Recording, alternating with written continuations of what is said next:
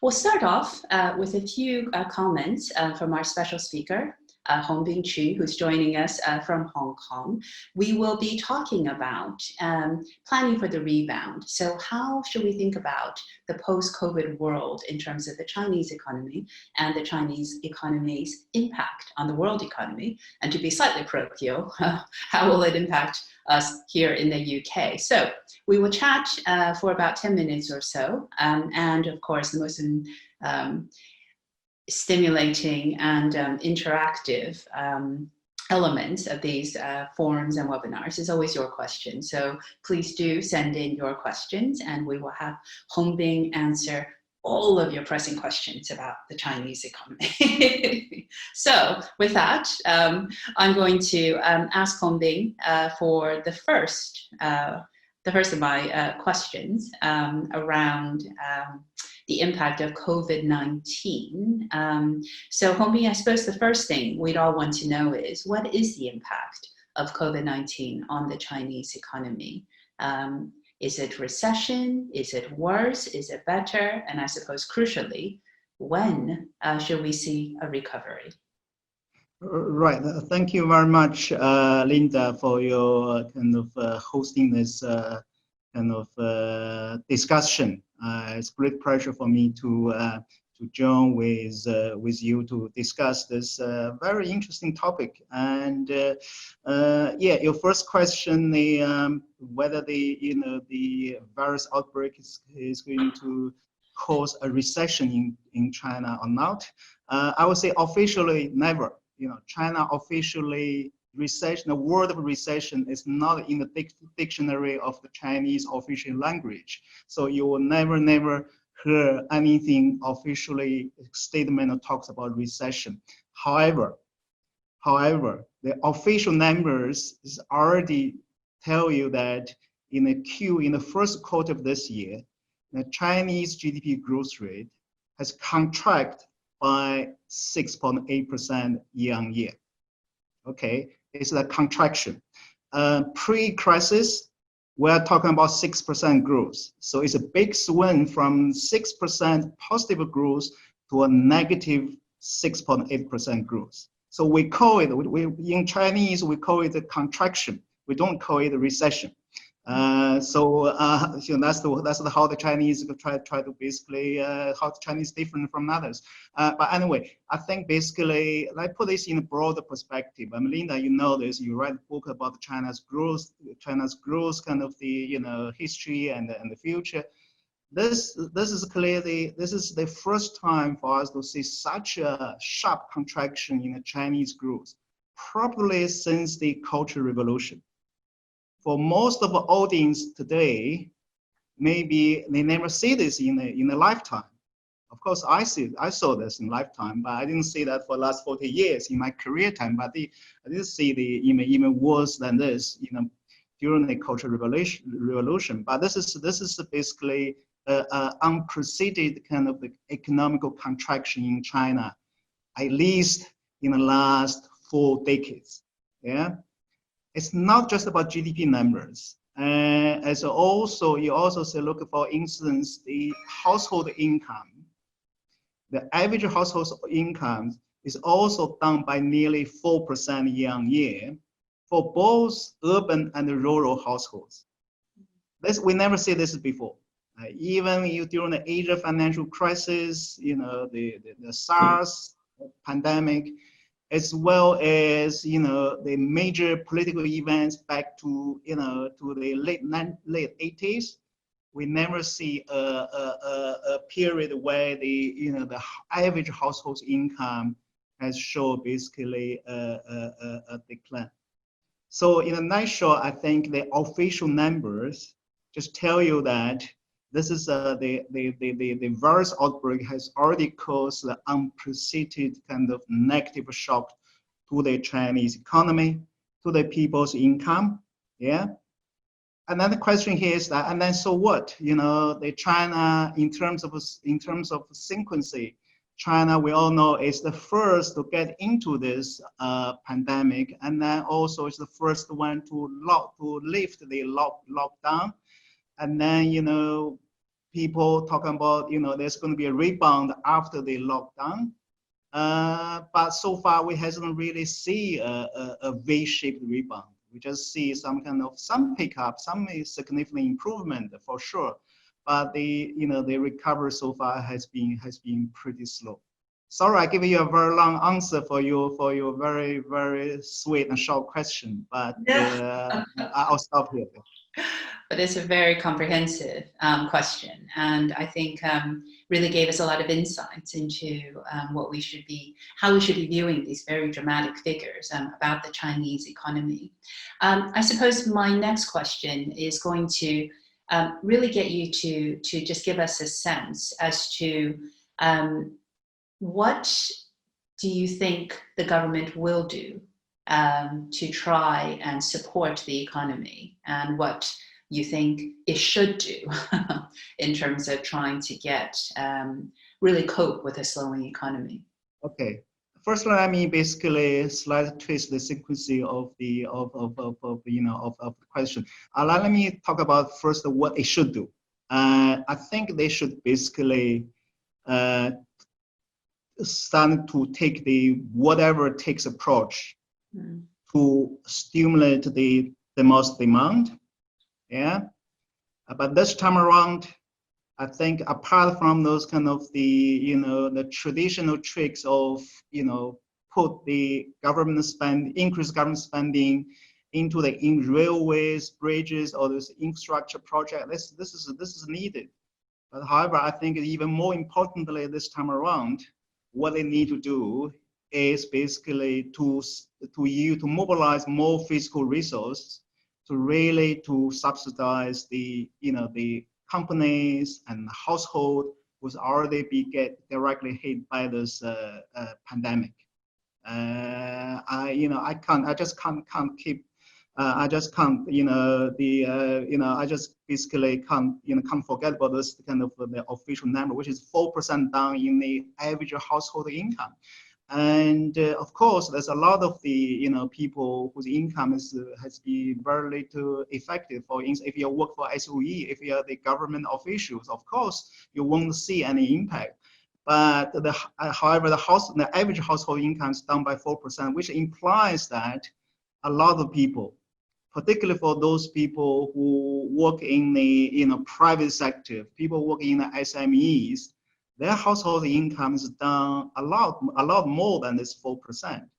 So what do you do? The government this is the time for government to basically to mobilize the fiscal resource, and then to basically help out those those families, those companies. I think many other governments are already doing that. Yeah, but Chinese government this time around, so far what they have been done in terms of the fiscal stimulus, particularly in terms of helping the household sectors and the SMEs, are still very modest. I would say they need to do a bit of catch up on that front. The reason for me is that if they really want to see a kind of a recovery in the overall economy, they must do this, because if you don't compensate for the people's income, for those who lost the job, and you don't really compensate, at least partly compensate them, there's no way for them to go out to start spending, even if you lift all those restrictions. Yeah. It's very simple. So you need basically to compensate these people so that the people can really to back to normal. When the shopping malls open, those people can go out spending. Without those sort of fiscal support, I'm afraid that we're not going to see basically the recovery in the economy. In fact, in last week we have this kind of May Day holiday.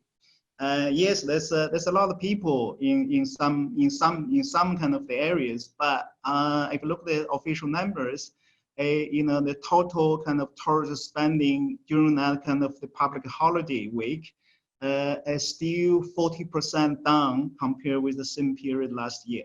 This is already May. Yeah, this is already almost 2 months after the Chinese government officially eased the lockdown.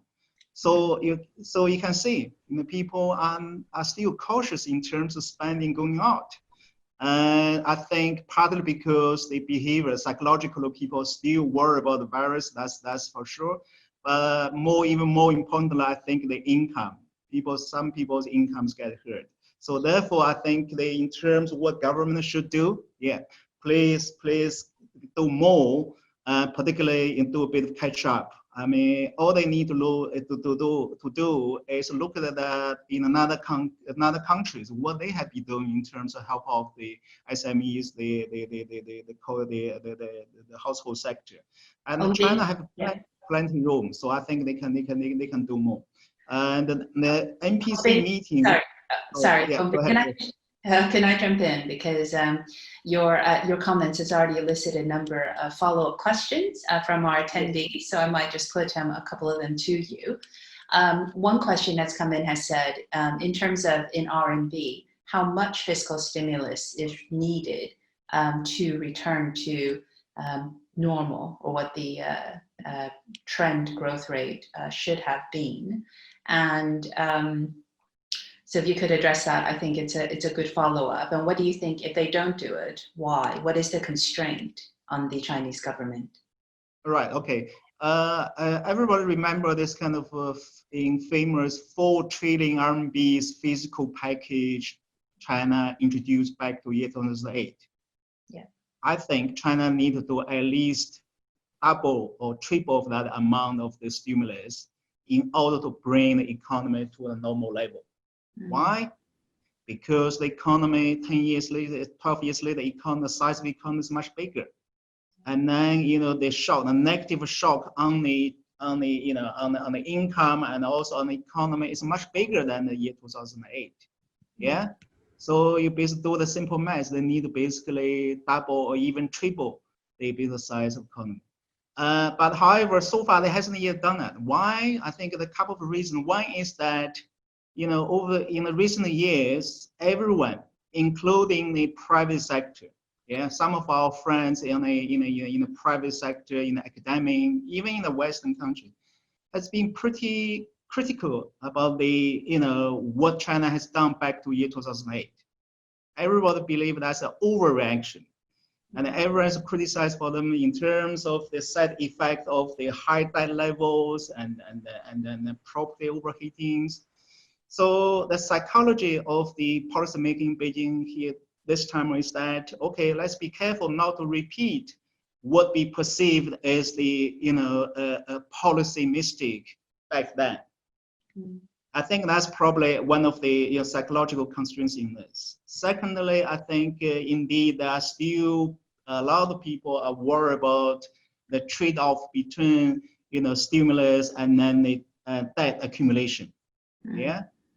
I think you need to be prioritized. I mean, when the millions of people lost the job, when the household sector, people's income has been dropping, I think forget about this debt level. All you need to do is save people's life, and then bring the economy back to on track, and then we can talk about basically how to dealing with all this debt. I think that's the unfortunate. I think that's something that's kind of a barrier they need to basically to overcome in order to implement those kind of needed policy measures. Great, thank you. We've got tons of questions coming in. I want to get to as many of these as possible. So we're trying to, I'll ask the question briefly, and Hongbing, I'm going to give you the challenge of giving comprehensive answers concisely, so we get to a number of these student questions, which are always fantastic, and attendee questions. So I think one of the questions that's come through is, which industries and sectors have been most severely impacted in China? So obviously, in Europe, you've seen a lot of retailers, leisure travel, transport companies, which have been deeply affected, made insolvent in some cases. Do you see a similar sectoral split in China? Yeah, it's exactly the same. I think for those kind of clients-facing kind of activities, mainly service, restaurant, canteens, all those shopping malls, all those kind of the service sector, I think it's basically is hit hardest.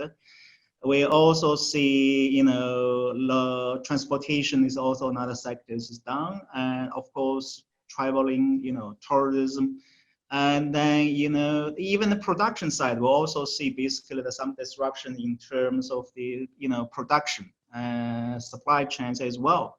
So this time around, it's worse. I mean, this crisis is even more serious than the global financial crisis. It hits both the spending and the production. Yeah. Right. Okay. Can I turn you to a question really more about the backlash against China, which we've seen globally, and some of the, certainly in the West, discussions about moving, say, production or supply chains within national borders.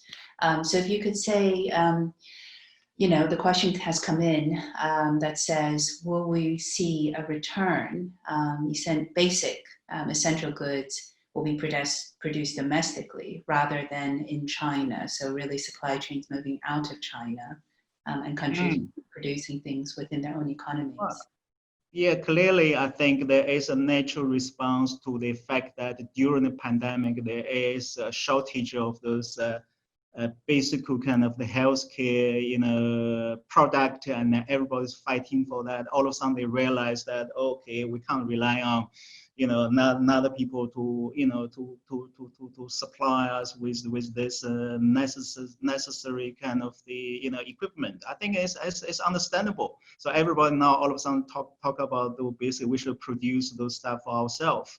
I think so this essentially what that really means is that it's going to reinforce the, the ongoing trend of deglobalization. Yeah. So even before the crisis, we already see this deglobalization. China-US trade war is another kind of another factor to reinforce that. But now this pandemic, I think it will also reinforce this kind of deglobalization trend. And China actually is already before China-US trade war, before this pandemic, China is the center of the global supply chain. So naturally, we are going to see some kind of the supply chain migration out of China. But having said all this, I think whether the degree of migration is still dependent on how Chinese government is going to respond to all this trend. Apart from the stimulus we talk about, I think what China could respond to try to maintain basically particularly the high value added part of those global supply chain in China is try to, very simple, improve the business environment, yeah, and create a level play field, and then open the market even wider. By doing this what I call the reform, the needed reform, which they has talked a lot. I think the key thing here is implementation. If they can implement all this stated kind of reform agenda, I think they're still going to create some kind of the pull factors for those kind of the productions and the supply chains in China. And China has a huge market. China has the biggest pool of the skillful labor now. We're talking about 7 million, 8 million a year of fresh university graduate. There's plenty smart kids around in China. So for anyone who want to do basically high value added, kind of production or even R&D, there is basically a huge advantage in this kind of human capital kind of resources in China. But this is just a potential. You need basically to let people to feel more comfortable. So I think this is exactly that area. If Chinese government can do more, I'm pretty sure that they can still manage to basically to mitigate the this kind of supply chain migration as a result of this deglobalization trend. Thank you. And indeed, that is the key, isn't it? Because I think there is a deglobalization trend for broader reasons, and it will affect China's trade and investment. But if China can reorient itself towards, as you describe, sectors you describe, I think it can change the composition of why people would invest in China, not in basic goods, but in more higher value added goods. And then, of course, investment tends to follow trade. And that leads me to the final questions in our final minute. So we've gotten a whole set of, again, fascinating, great questions from the audience. And they are around opportunities. So as in the post-COVID-19 environment, thinking about the way that Chinese consumers might behave, thinking about that the way that Chinese businesses have already adapted, especially I'm thinking e-commerce and online, but can you outline which sectors do you think would thrive, where the best opportunities are in China after COVID-19? Well, yeah, in a nutshell, I think digital economy period. I think, this kind of the virtual things is going to be, if anything, this pandemic is going to basically reinforce this trend. And China, of course, already have some kind of advantage, first mover advantage in this kind of digital economy. E-commerce is one of those. And then like what you're doing now, what we are doing now, those kind of the virtual things. I think related to technology and also this business is going to be is the opportunity, and not just in China, probably also in other markets as well. That's a great positive note to end on. It's been a fascinating conversation, and thank you very much to Hongbing Qu for giving us his insights and to answering so many interesting questions. And I'm sorry we don't have time to get to all of the questions, but this forum will go on for over 3 days. And so I hope a lot of these issues will come up again and be addressed. But let me just, it's very difficult to thank people on a webinar. So I don't know if this is the correct way to thank, but I've seen it done. I'm just going to wave my hands and say, thank you, Hongbing, for your contributions. My pleasure. And I'm going to, again, thank the student organizers for this forum and for organizing this stimulating first session.